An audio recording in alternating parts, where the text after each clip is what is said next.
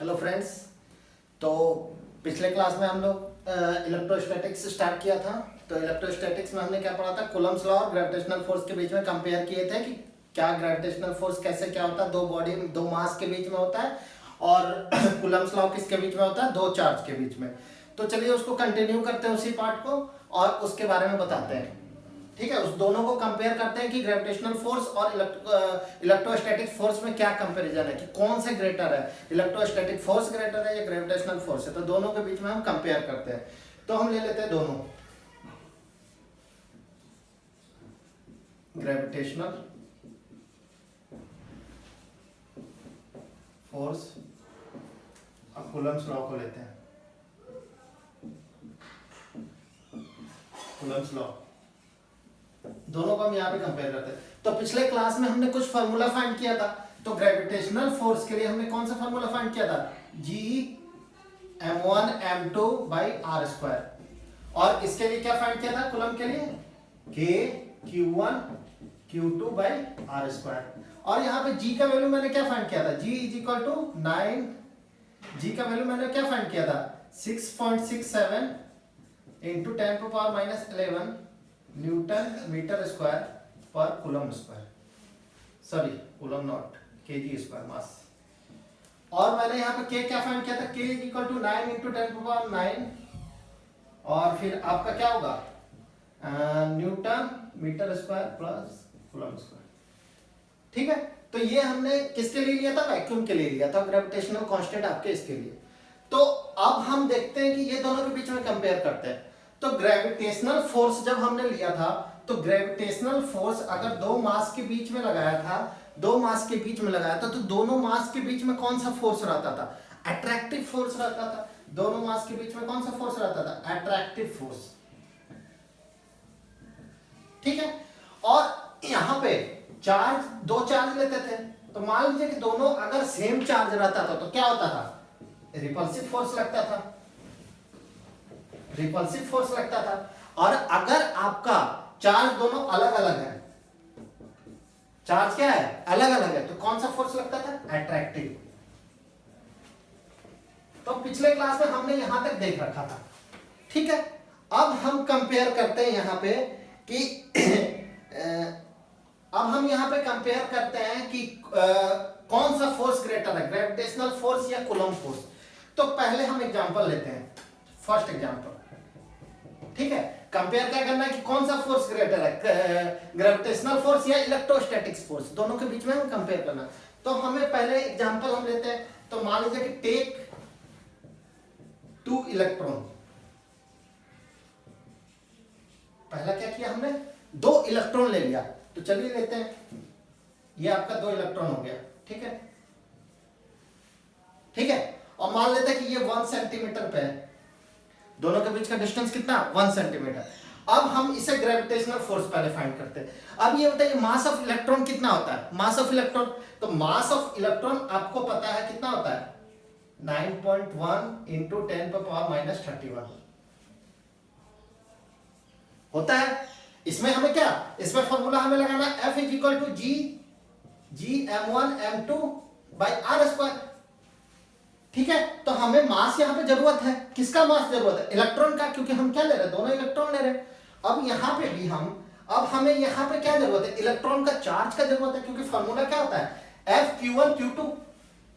तो Q electron का Q कितना होता है, क्या कितना होता है, 1.6 इंटू 10⁻⁻27। ठीक है, कूलम्ब होता है। तो अब हमको क्या करना है, अब हम डायरेक्ट यहाँ पे फार्मूला पुट करते हैं। डायरेक्ट हम फार्मूला पुट करते हैं कि जैसे कि हम ऊपर ले लेते हैं इस चीज को हम ऊपर लेते हैं, इस चीज को रब करते हैं यहाँ पे।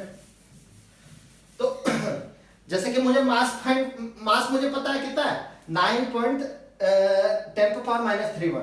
तो मैं यहाँ पे Fg निकाल लेता हूं।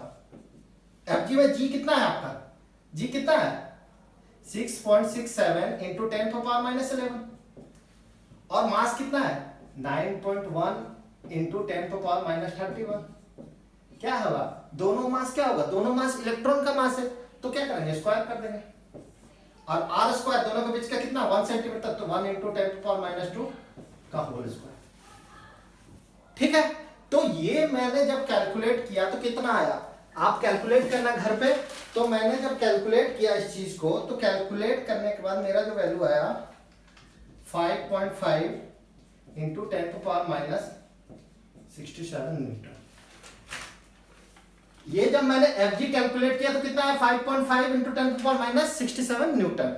इसी तरह सिमिलरली जब मैंने कूलम फोर्स कैलकुलेट किया, कूलम फोर्स मैंने फाइंड किया, क्या करेंगे 9 इंटू 10⁻9 इंटू चार्ज कितना 1.6 इंटू 10⁻⁻27 का होल स्क्वायर इंटू 1 इंटू 10⁻⁻2 का होल स्क्वायर।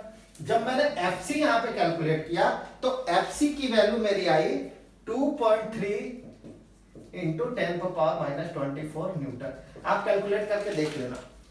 एग्जैक्टली मुझे मेरा मकसद कैलकुलेशन नहीं है, मुझे ये बताना है कि फोर्स कौन सा ज्यादा है। हम ये आपका इलेक्ट्रोस्टैटिक्स फोर्स ज्यादा है कि ग्रेविटेशनल फोर्स के ज्यादा है। तो यहां जब मैंने कैलकुलेट किया, यहां पे मैंने जब कैलकुलेट किया तो यहां पे आपको ये दोनों वैल्यू देखने से कौन सा बड़ा लग रहा है, कौन सा बड़ा लग रहा है आपको, ये क्या ज्यादा बड़ा लग रहा है, इलेक्ट्रोस्टैटिक फोर्स ग्रेटर है तो Fc is greater than Fg। ठीक है, पहला केस में हमें पता चल गया कि जब मैंने दो इलेक्ट्रॉन को लिया तो आपका हमेशा इलेक्ट्रोस्टैटिक फोर्स जो है वो आपका ग्रेविटेशनल फोर्स से हमेशा ज्यादा होगा। ठीक है, तो अगला एग्जांपल हम लेते हैं, एग्जांपल 2। टेक 2 प्रोटॉन, हमने दो प्रोटॉन ले लिया। ठीक है, तो प्लस प्लस, ठीक है, तो दोनों के बीच में क्या होगा रिपल्सिव फोर्स होगा, और दोनों के बीच का डिस्टेंस हम सेम मानते हैं 1 सेंटीमीटर। ठीक है, तो प्रोटॉन का मास कितना होता है, प्रोटॉन का मास आपका कितना होता है 1.67 इंटू 10⁻⁻27 केजी होता है। और इसका चार्ज कितना होता है सर, यहां पे 10⁻⁻90, और इसका कितना होता है प्रोटॉन का charge Qp is equal to 1.6 into 10⁻⁻90 coulomb होता है। सिंपली आप सेम प्रोसेस से आप यहां भी Fg कैलकुलेट करो, यहां भी आप Fg कैलकुलेट करो। तो जब आप Fg कैलकुलेट करोगे तो Fg कैलकुलेट करने के बाद आपका जो वैल्यू आएगा 1.9 इंटू 10⁻⁻60 न्यूटन, और यहां पे F क्या आएगा, इलेक्ट्रोस्टैटिक फोर्स कितना आएगा 2.3 इंटू 10⁻⁻29 न्यूटन। ठीक है, तो यहां पे भी जब मैंने दो प्रोटॉन लिया तो भी हम यहां पे देख रहे हैं कि आपका electrostatic force is greater than the gravitational force. तो मैंने दो इलेक्ट्रॉन लिया तभी देख रहे हैं कि इलेक्ट्रोस्टैटिक फोर्स आपका ग्रेटर है, और जब मैंने दो प्रोटॉन लिया तब भी देखते हैं। अब एक और केस बचता है, अपोजिट चार्जेस को लेके देख लेते हैं। तो example third, take 1 proton and 1 electron. ठीक है, तो एक प्लस चार्ज लिया और एक नेगेटिव चार्ज लिया, दोनों के बीच का 1 सेंटीमीटर डिस्टेंस लिया। अब दोनों के बीच क्या होगा, अट्रैक्टिव फोर्स होगा, तो फोर्स का डायरेक्शन क्या होगा, ये होगा। तो इसी तरह सिमिलरली जब मैंने यहां पे भी Fg कैलकुलेट किया तो Fg की वैल्यू मेरी आई कितनी आई 9.7 इंटू 10⁻⁻67 न्यूटन, और जो आपका इलेक्ट्रोस्टैटिक्स फोर्स आया आपका 2.3 इंटू 10⁻⁻24 न्यूटन। ठीक है, तो यहां पे भी आपको दिख रहा है क्या Fg is greater than Fg। तो यहां पे भी मेरा क्या हो रहा है, electrostatic force is greater than the gravitational force. तो आप एक चीज, तीनों केस से आप एक चीज आइडेंटिफाई कर सकते हैं कि एक चीज आप नोट करके लिख लीजिए, आप एक नोट बनाइए, नोट करके कि आपका electrostatic force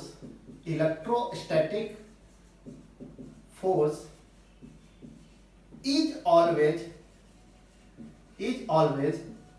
greater than gravitational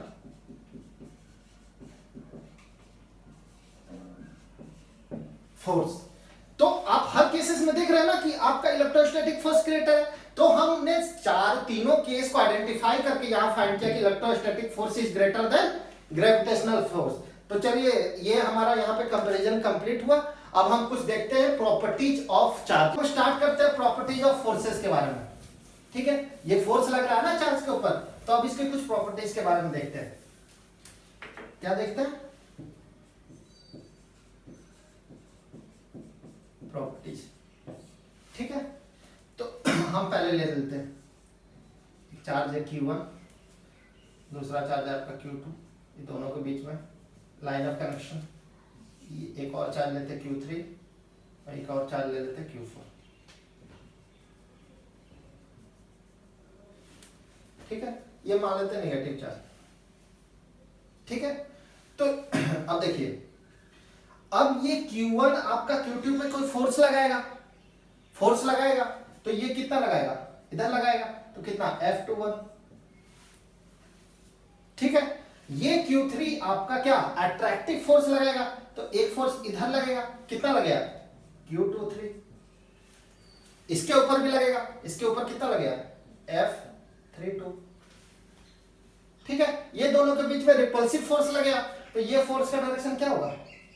कितना होगा? F24। ठीक है, ये भी एक फोर्स लगाएगा, कितना लगेगा? F42। सब वेक्टर है। ठीक है, अब ये भी इसके ऊपर फोर्स लगाएगा, कौन सा? रिपल्सिव फोर्स, तो कितना लगाएगा? F12। ठीक है, तो हमारा ये पहला प्रॉपर्टीज है। क्या कहता है? अब ध्यान से सुनना कि ये जो Q1 है, Q1 चार्ज जो है आपका Q2 पे कोई ना कोई फोर्स लगा रहा है। कितना फोर्स लगा? F21। ठीक है, जब आपका, ध्यान से सुनिएगा, जब आपका चार्ज Q1 Q2 पे F21 चार्ज लगा रहा है, तो ये फोर्स जो है ये आपका Q3 और Q4 से अफेक्ट नहीं करेगा। ठीक है ना, ये आपका अफेक्ट नहीं करेगा। तो इसका मतलब क्या हुआ कि ये जब Q1 Q2 पे कोई फोर्स लगाएगा F21, तो ये जो फोर्स होगा आपका Q3 और Q4 के कारण अफेक्ट नहीं करेगा। इसी तरह सिमिलरली जब Q4 Q2 पे जो फोर्स लगाएगा, F24 जो लगाएगा, वो आपका Q3 और Q1 से अफेक्ट नहीं करेगा। मतलब क्या? सब अपना इंडिविजुअल फोर्स लगेगा। ठीक है, तो इसी तरह हम लिख लेते हैं इसको पहला कि क्या होगा? Force applied by Q1 on Q2 will not affected by Q3 and Q4, and similarly same for all charges। ठीक है, मतलब क्या? Q1 जो Q2 पे फोर्स लगा रहा है, वो फोर्स ना Q3 पे डिपेंड करेगा ना Q4 पे डिपेंड करेगा। ये सारा जो फोर्स होगा वो इंडिपेंडेंट होगा। अगर Q1 से ले रहा है तो बस Q1 से ले रहा, मतलब उससे वो फोर्स की मैग्नीट्यूड ना Q3 से अफेक्ट करेगा ना Q4 से अफेक्ट करेगा। ठीक है, दूसरा हमें बोल दिया, दूसरा प्रॉपर्टी ये कहता है कि अगर मुझे मान लो कि दे दिया कि Q2 पे मुझे नेट फोर्स बताओ। अब Q2 पे मेरा कौन सा फोर्स लग रहा है? F23 लग रहा है, F21 लग रहा है, F24 लग रहा है। तो किसी ने कह दिया कि मुझे नेट फोर्स बताओ, तो नेट फोर्स जब हम निकालेंगे, नेट फोर्स, तो वो कौन सा होगा? वो वेक्टर एडिशन होगा। क्या होगा? Vector addition. तो F नेट कितना आएगा आपका? F21 plus F24 plus F23 क्या हो जाएगा आपका? सिंपली जैसे आप वेक्टर में पढ़े थे, वेक्टर एडिशन करते थे, उसी तरह सिमिलरली इसमें भी क्या करेंगे? सिमिलरली वेक्टर एडिशन करेंगे। ठीक है, तो अब हमने फोर्स के बारे में सफिशिएंट जान लिया। ठीक है, अब हम इस पे कुछ क्वेश्चन करते हैं, एक दो न्यूमेरिकल देखेंगे, उसके बाद हम इलेक्ट्रिक फील्ड की तरफ चलिए हम एक न्यूमेरिकल देखते हैं इस पे।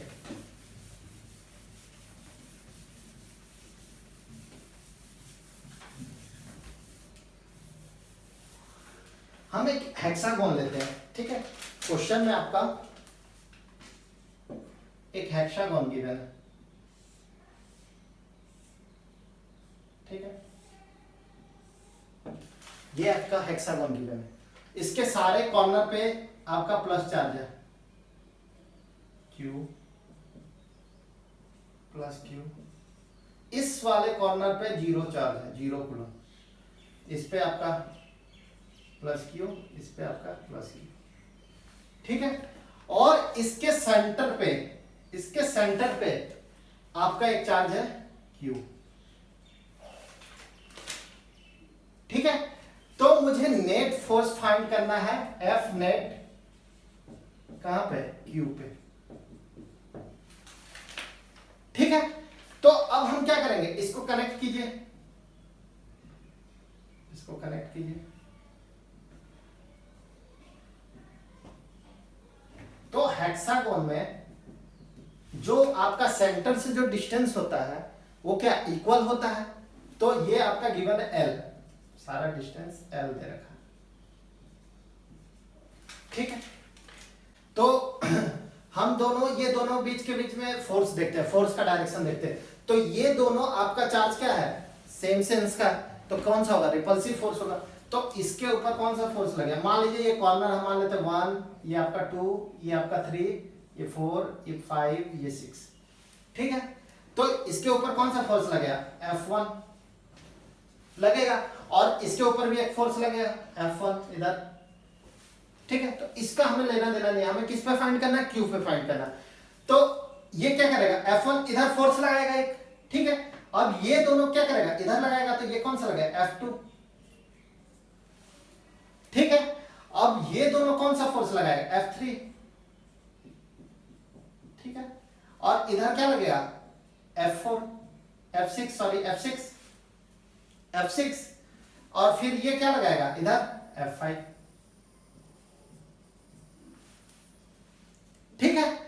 तो ये बताइए आपका F3 और F6 क्या इक्वल है। अरे दोनों के बीच में अगर हम फोर्स निकालेंगे तो Q small q upon divided by L square, और इसका भी तो सेम ही आएगा। तो दोनों का मैग्नीट्यूड सेम है, और उसका डायरेक्शन क्या है, अपोजिट है। एक का डायरेक्शन इधर है, एक का डायरेक्शन इधर है।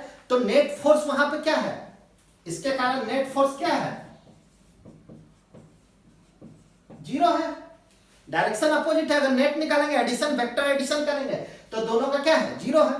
तो इसी तरह सिमिलरली F2 और F5 दोनों सेम है, और इनका नेट फोर्स क्या होगा,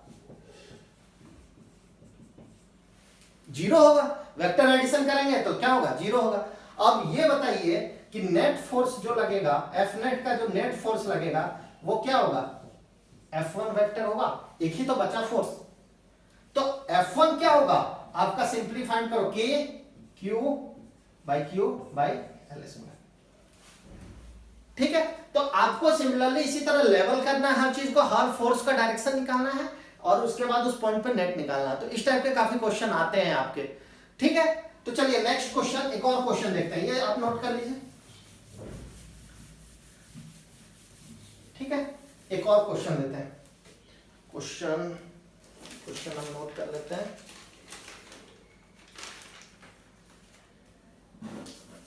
तो हम एक क्वेश्चन लेते हैं, आपको ये मान लेते हैं 2 पॉइंट है आपका, एक प्लस Q चार्ज है यहाँ पे प्लस 2Q चार्ज है, ठीक है। इसका राइट एंगल पे इस पोजीशन पे आपका Q चार्ज है, कौन सा, सॉरी माइनस Q चार्ज है, ठीक है। ये मान लेते हैं पॉइंट आपका A पॉइंट है, ठीक है। और ये डिस्टेंस आपका दे रखा L, ये डिस्टेंस दे रखा L, ठीक है। तो हमें क्या फाइंड करना है, हमें फाइंड करना है F नेट किस पॉइंट पे, A पॉइंट पे, ठीक है। हमें क्या फाइंड करना है, F नेट किस पे पॉइंट पे फाइंड करना है, A पॉइंट पे हमें F नेट फाइंड करना है। तो आप लेवल करो, पहले तो कनेक्ट करो ये दोनों फोर्स को, ठीक है। ये मान लो एंगल आपका थीटा है, क्या है एंगल थीटा। तो ये बताओ आपका ये दोनों प्लस क्यू और माइनस क्यू कौन सा फोर्स लगाएगा, अट्रैक्टिव या रिपल्सिव? अट्रैक्टिव फोर्स लगेगा। तो इसका फोर्स मान लो आप ये पॉइंट 1 है, ये F2 है, तो F1 किधर होगा, नीचे की तरफ होगा।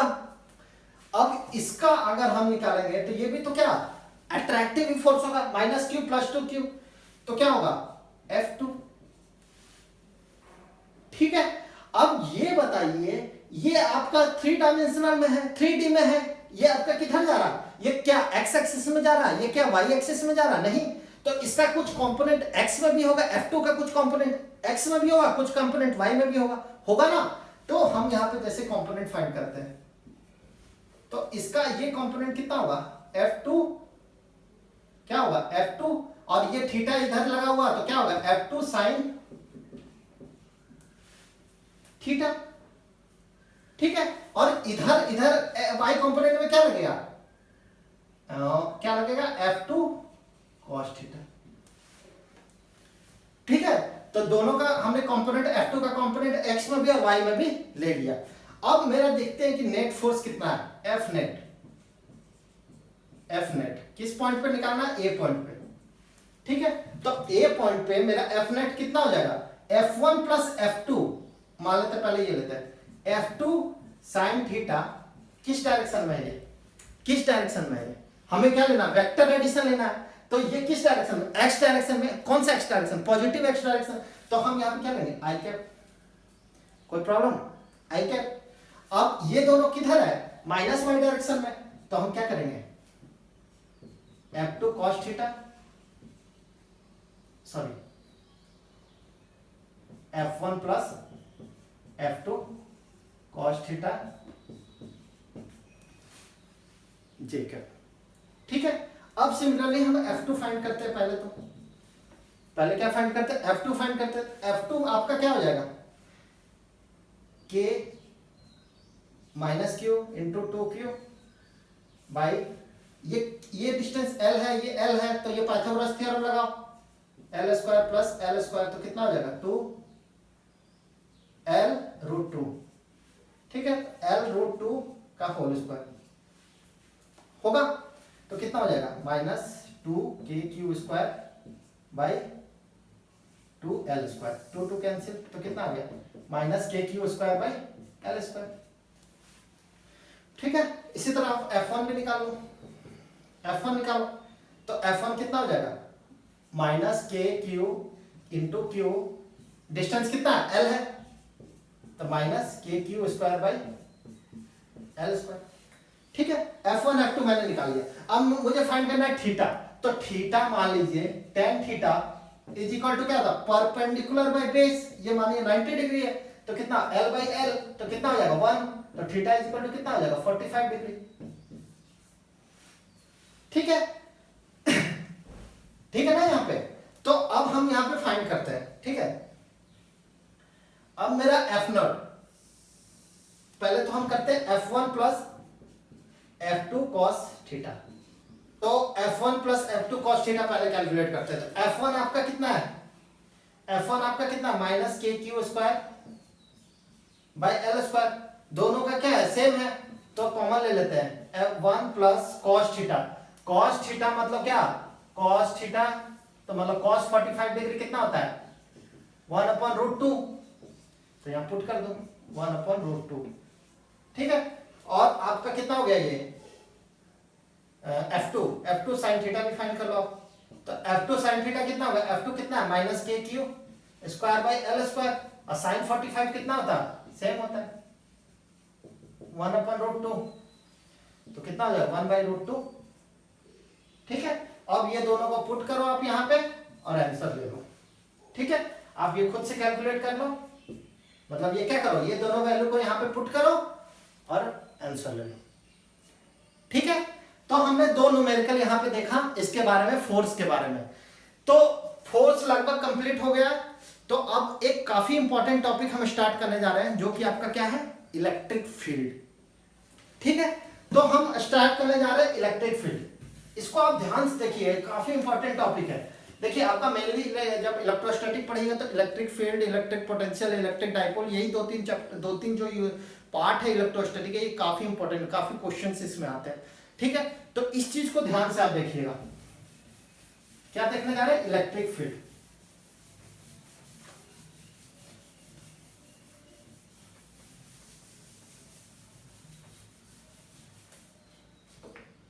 अब हम देखेंगे इलेक्ट्रिक फील्ड।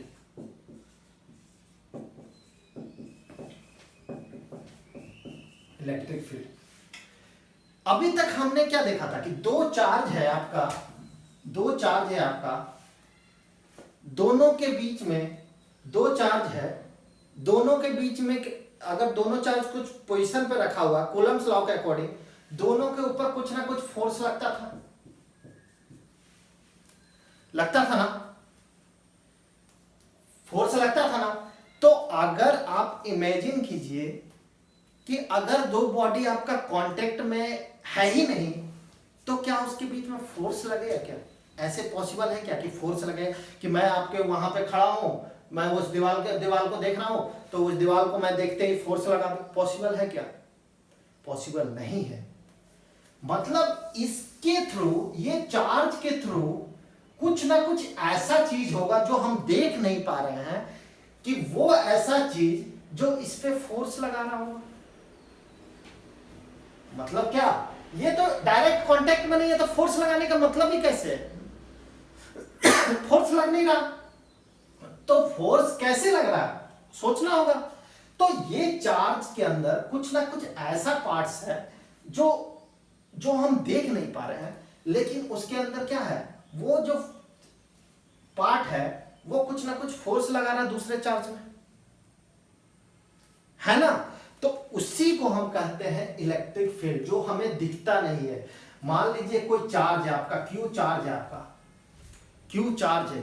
अगर बॉडी आपका फुली चार्ज है, अगर आप फुली चार्ज है, तो आपके अंदर एनर्जी होगा ना, एनर्जी होगा ना। अगर आप मान लीजिए आप धूप से आते हो, आप किसी धूप में गए, पूरा खेल लिए धूप से, तो आपने कभी देखा है कि आपके अंदर से थोड़ा सा भाप निकलता है, थोड़ा सा आपके अंदर से वेपर निकलता है, पसीने जब वो निकलता है, तो आपके अंदर जो, आप जब गए तो आप खेले तो आपके अंदर चार्ज हुए, आप चार्ज हुए, तो आपके अंदर कुछ ना कुछ एनर्जी बाहर निकल रहा, मतलब आपके थ्रू एक भाप टाइप से निकल रहा, तो एनर्जी निकल रहा है। तो उसी तरह कोई चार्ज है आपका, तो चार्ज के अंदर, चार्ज है वो फुली चार्ज है, तो उसके अंदर कुछ ना कुछ एनर्जी है। तो वो एनर्जी जब आपका बाहर निकल रही है, जो आप देख नहीं पा रहे हैं, एक एनर्जी निकल रही है आपको, वही एनर्जी आपको क्या कहलाती है? Electric field. ठीक है, वो एनर्जी क्या कहलाती है आपका? Electric field. ठीक है, तो ये क्या कर रहा है? ये एनर्जी आपका कुछ ना कुछ एक फील्ड जनरेट कर रहा है, तो उस फील्ड को हम क्या कहते हैं? Electric field. ठीक है, तो इसको डेफिनेशन हम क्या लिखेंगे? Area around a charge particle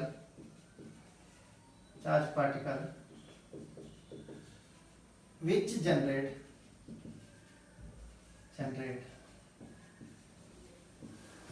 force on test charge is called electric field.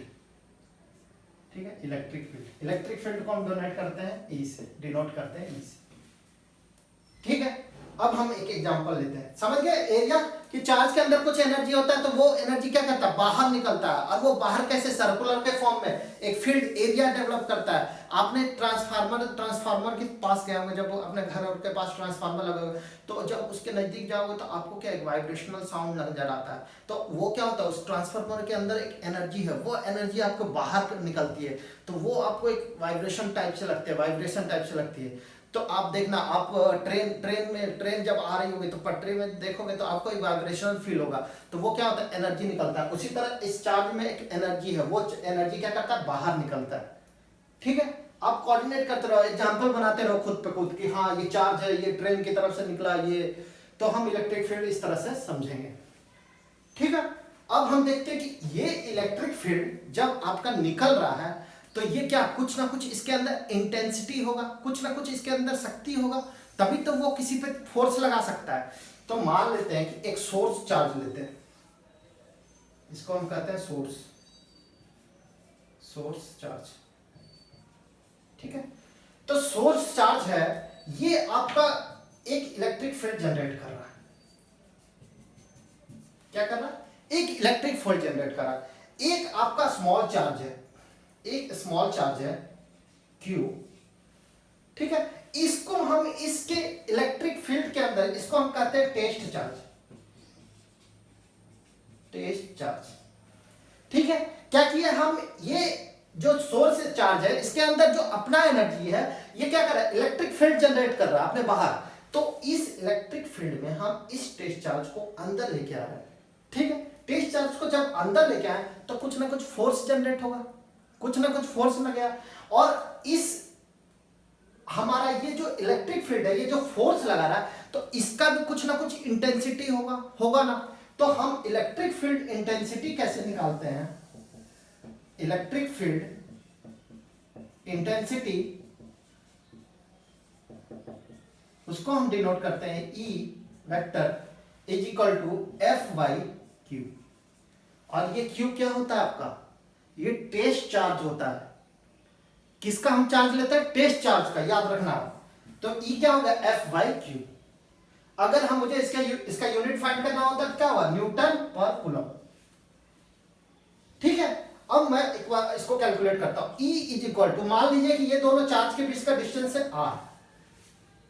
ठीक है, तो E is equal to F capital Q small q by R square into Q।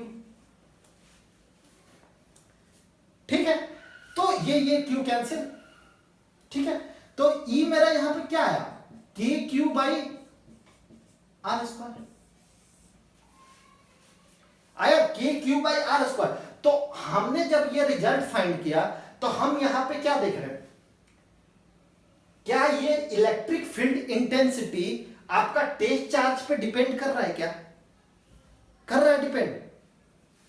ये आपका इलेक्ट्रिक फील्ड इंटेंसिटी आपका test charge पे depend नहीं कर रहा। तो लिख सकते हैं यहां पे, electric field intensity depends only on source charge. मतलब जो आपका बड़ा वाला चार्ज है, सोर्स चार्ज है, उसी पे आपका इलेक्ट्रिक फील्ड इंटेंसिटी डिपेंड कर रहा है। तो ये रहा इलेक्ट्रिक फील्ड के बारे में कि इलेक्ट्रिक फील्ड क्या होता है, इलेक्ट्रिक फील्ड इंटेंसिटी क्या होता है। अब हम क्या करेंगे, पहले इसके डायरेक्शन के बारे में जानेंगे कि इसका डायरेक्शन कैसे फाइंड करते हैं, क्योंकि फोर्स का भी हमने डायरेक्शन देखा था। तो ये भी आपका क्या वेक्टर क्वांटिटी है, तो वेक्टर क्वांटिटी है तो इसका भी कुछ ना कुछ डायरेक्शन होगा। तो अब हम देखते हैं डायरेक्शन। ठीक है, इसको रब करते हैं।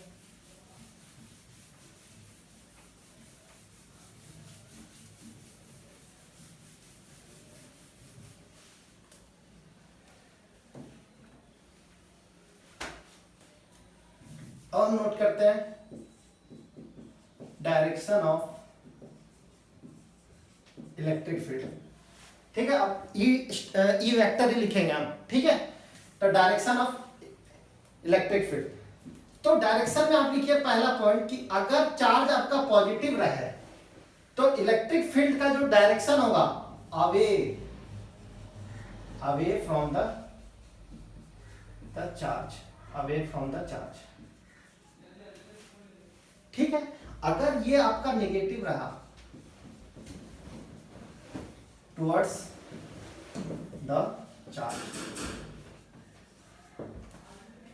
ठीक है, तो आपका पॉजिटिव रहेगा तो अवे फ्रॉम द चार्ज, और अगर आपका नेगेटिव रहा तो टुवर्ड्स द चार्ज। तो जैसे कि एग्जांपल आप लेते हैं, ये आपका प्लस चार्ज हो गया। ठीक है, ये आपका प्लस चार्ज हुआ, तो प्लस चार्ज में क्या होगा? आपका अवे होगा, इलेक्ट्रिक फील्ड का क्या होगा? अवे। ये आपका क्या होगा? अवे। तो अगर ये मान लीजिए आपका नेगेटिव हो गया तो इसमें इलेक्ट्रिक फील्ड का क्या होगा? टुवर्ड्स होगा।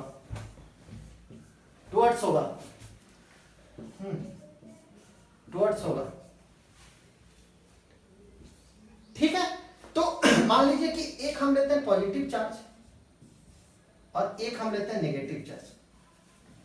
ठीक है, एक हम लिए पॉजिटिव चार्ज, एक लिए नेगेटिव चार्ज। ठीक है, तो इलेक्ट्रिक इसमें नेगेटिव में क्या टुवर्ड्स होता है, टुवर्ड्स द चार्ज। तो अब हम इसमें देखेंगे कि जो अगर दो चार्ज है आपका, एक पॉजिटिव है एक नेगेटिव है, तो इसमें जो इलेक्ट्रिक फील्ड का डायरेक्शन होगा पॉजिटिव की तरफ से बाहर निकलेगा और किधर जाएगा टुवर्ड्स नेगेटिव की तरफ। तो ये आपका डायरेक्शन होगा। ठीक है, तो डायरेक्शन हमें समझ में आया कि जब पॉजिटिव चार्ज रहा तो इलेक्ट्रिक फील्ड का डायरेक्शन क्या होगा, अवे, बाहर निकलेगा, बाहर की तरफ। और अगर नेगेटिव रहा तो टुवर्ड्स इलेक्ट्रिक फील्ड रहेगा। तो हमने यहाँ पे देख लिया कि एक पॉजिटिव चार्ज लिया एक नेगेटिव चार्ज लिया, तो दोनों के बीच का डायरेक्शन क्या है, इधर से निकल रहा है, इधर जा रहा है। ठीक है, तो हमने charge direction of electric field के बारे में यहाँ पे सफिशिएंटली जान लिया। अब हम देखते हैं सुपरपोजिशन ऑफ इलेक्ट्रिक फील्ड। अगला टॉपिक देखते हैं superposition of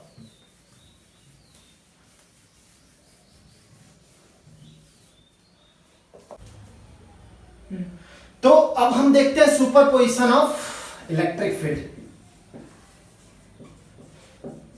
superposition of electric field. ठीक है, इसके बारे में हम समझते हैं, काफी इंपॉर्टेंट है ये भी, इसके बारे में देखिएगा अच्छे से। तो मान लीजिए कि एक चार्ज है प्लस Q1, ठीक है, एक चार्ज है आपका प्लस माइनस Q2, ठीक है, एक और आपका चार्ज है प्लस Q3। ठीक है, हमें ये एक पॉइंट गिवन है P। ठीक है, अब मुझे इस पॉइंट पे इलेक्ट्रिक फील्ड फाइंड करना है, net electric field at P point find करना है। तो इसके लिए हम क्या करेंगे ये बताइए। इस पॉइंट के लिए जब Q1 charge force electric field लगाएगा तो ये क्या है पॉजिटिव चार्ज, तो पॉजिटिव चार्ज क्या होगा अवे, अवे, तो ये क्या करेगा E1। ठीक है, डायरेक्शन आप समझिए, ये Q2 निगेटिव है तो ये क्या करेगा अपने की तरफ इलेक्ट्रिक फील्ड लगाएगा, अपने तरफ अट्रैक्ट करेगा, तो ये कितना हो जाएगा E2। ठीक है, ये पॉजिटिव है तो ये क्या हो जाएगा इधर हो जाएगा, हो गया। ठीक है, अब मुझे ई नेट फाइंड करना है, ईपी पे ई नेट।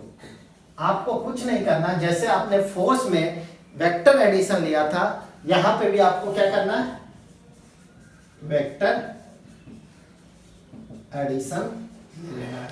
तो कितना हो जाएगा E1 vector plus E2 vector plus E3 vector. ठीक है, तो ये आपको पता चल गया। अब इसके बाद हम एक और चीज कैलकुलेट करते हैं। सुपरपोजिशन समझ गए, इसमें मेनली समझना था आपको डायरेक्शन। ठीक है, और डायरेक्शन के बाद जब नेट किसी पॉइंट पे निकालना है तो जितना इलेक्ट्रिक फील्ड लग रहा है तो उसका वेक्टर एडिशन हम ले लेंगे। ठीक है, अब ले लेते हैं हम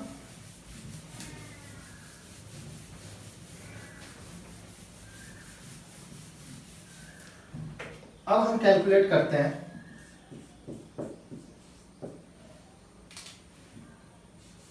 electric field of 2 point charge. 2 point charge के बीच में हम इलेक्ट्रिक फील्ड फाइंड करते हैं। ठीक है, तो ये मान लीजिए कि एक आपका Q है, ये आपका स्मॉल q है। ठीक है, ये दोनों के बीच में डिस्टेंस मान लो r है। ठीक है, तो ये आपका कौन सा है सोर्स है और ये क्या है टेस्ट चार्ज है, टेस्ट चार्ज है।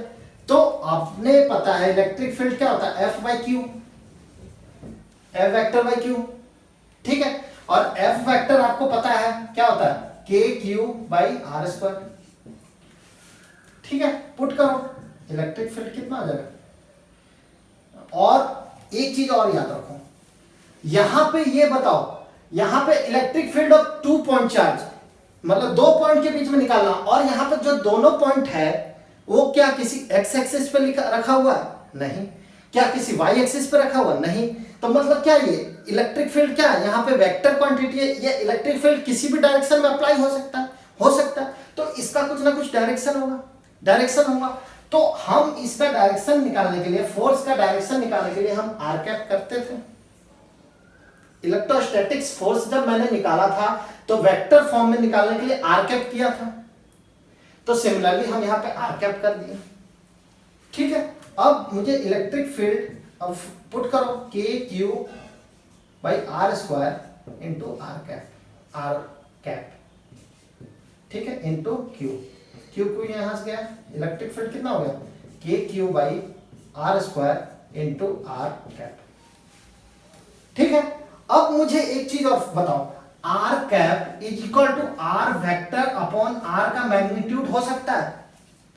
यूनिट वेक्टर का क्या होता है, R vector by magnitude of are.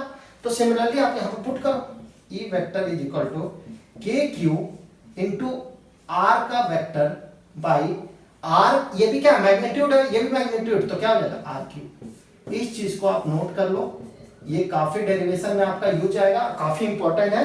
क्या है ये आपका electric field of 2 point charge, 2 point charge के लिए, बस ये 2 पॉइंट चार्ज के लिए आपका इलेक्ट्रिक फील्ड है। तो ये काफी इंपॉर्टेंट है, आप इसको नोट कीजिए। उसके बाद हम एक न्यूमेरिकल देखेंगे, उसके बाद हम आगे बढ़ेंगे। तो एक क्वेश्चन देखते हैं, ठीक है। ये जैसे क्वेश्चन है आपका 2 पॉइंट चार्ज दिया है, ठीक है, हमें इलेक्ट्रिक फील्ड कहां फाइंड करना है, पी पॉइंट पे, मतलब इलेक्ट्रिक फील्ड हमें किस पे फाइंड करना है, पी पॉइंट पे। ठीक है, ये कितना डिस्टेंस पे, ये दोनों चार्ज के सेंटर पे, ये दोनों चार्ज का सेंटर है ये, और इसकी लेंथ है आर, इसकी भी आर है। ये दोनों चार्ज के सेंटर पे आपका पी पॉइंट है, जो कि आपका कितना लेंथ पे, एल पे। ठीक है, अब हमें इलेक्ट्रिक फील्ड निकालना है इस पे पी पे। तो हमने सुपरपोजिशन पढ़ लिया, तो सुपरपोजिशन में हम क्या करते हैं, पहले तो चार्ज को मार्क करो, पहले इलेक्ट्रिक फील्ड का डायरेक्शन को मार्क करो। तो आप ड्रॉ करो इस तरह, ठीक है। तो ये बताइए ये क्या है, पॉजिटिव चार्ज है, तो पॉजिटिव चार्ज है तो ये आपका क्या, मान लीजिए कि ये आपका 1 है, ये आपका 2 है, ठीक है। तो ये इलेक्ट्रिक फील्ड का डायरेक्शन क्या होगा, अवे, ये पॉजिटिव है, तो आपका कितना हो जाएगा, E1, ठीक है। और ये क्यू क्या करेगा, E2, ठीक है। मान लेते कि ये एंगल कितना है, थीटा, ये भी एंगल मान लेते हैं थीटा, दोनों एंगल सेम होगा, ठीक है। और एक चीज आप याद रखना, हमेशा E1 is equal to E2 होगा ना, क्योंकि दोनों का चार्ज का मैग्नीट्यूड क्या है, सेम है, और डायरेक्ट लेंथ भी कितना है, सेम है। इसका लेंथ कितना हो जाएगा, root L square plus R square, और इसका कितना हो जाएगा, L square plus R square. मतलब डिस्टेंस भी सेम है, चार्ज भी सेम है, मतलब इलेक्ट्रिक फील्ड क्या होगा, सेम होगा ना। तो हम चलिए इसको करते हैं, ठीक है। तो ये आपका ये हो गया, तो ये भी थीटा, ये भी थीटा होगा। तो ये आपका कितना हो जाएगा, E1 साइन थीटा, और ये कितना हो जाएगा, E1 कॉस थीटा। ये कितना हो जाएगा, इसके लिए कितना हो जाएगा, E2 कॉस थीटा, और ये कितना हो जाएगा, E2 साइन थीटा, ठीक है। अगर E1 E2 आपका सेम है, E1 E2 आपका सेम है, तो अगर हम x डायरेक्शन में E नेट निकालेंगे तो क्या E नेट 0 होगा, x डायरेक्शन में होगा ना, ये दोनों कैंसिल कर जाएगा एक दूसरे को। तो net electric field at A point P क्या मिलेगा, P पे कितना इलेक्ट्रिक फील्ड मिलेगा, कितना मिलेगा, 2E cos theta, 2E cos theta होगा ना। तो E हमने फाइंड किया, कितना फाइंड किया था, K Q by R square find किया था ना, के क्यू बाई आर स्क्वायर। तो आप पुट करो 2 इंटू के क्यू, आर कितना है, एल स्क्वायर प्लस आर का होल स्क्वायर, और cos थीटा क्या होता है, cos थीटा होता है बेस बाय हाइपोटेनस। तो cos थीटा क्या होगा, cos थीटा क्या होगा, बेस आपका क्या है, L, तो L by root L square plus R square, ठीक है। तो ये क्या होगा, L square plus R square, ठीक है। तो आंसर क्या आ गया, 2 K Q L by L square plus R square, और ये कितना हो जाएगा 3/2। ठीक है, तो हमने इलेक्ट्रिक फील्ड नेट यहां से फाइंड कर लिया। तो इस तरीके से हम इलेक्ट्रिक फील्ड कैलकुलेट करेंगे। अब हम अगले क्लास में, नेक्स्ट लेक्चर में हम देखेंगे डिफरेंट डायमेंशन के लिए, जैसे रिंग के लिए फाइंड करेंगे, हम सेमी सर्कुलर रिंग के लिए फाइंड करेंगे, हम डिस्क के लिए फाइंड करेंगे, हम सिलेंडर के लिए फाइंड करेंगे, मतलब हर एक डिफरेंट डायमेंशन के लिए हम इलेक्ट्रिक फील्ड को फाइंड करेंगे। तब तक आप इसे रिवीजन करिए, अच्छे से रिवीजन कीजिए। इस इलेक्ट्रिक फील्ड का जो मैंने स्टार्ट किया उसको अच्छे से रिवीजन कर लीजिए, ताकि हम नेक्स्ट क्लास में उसको अच्छे करें। Thank you.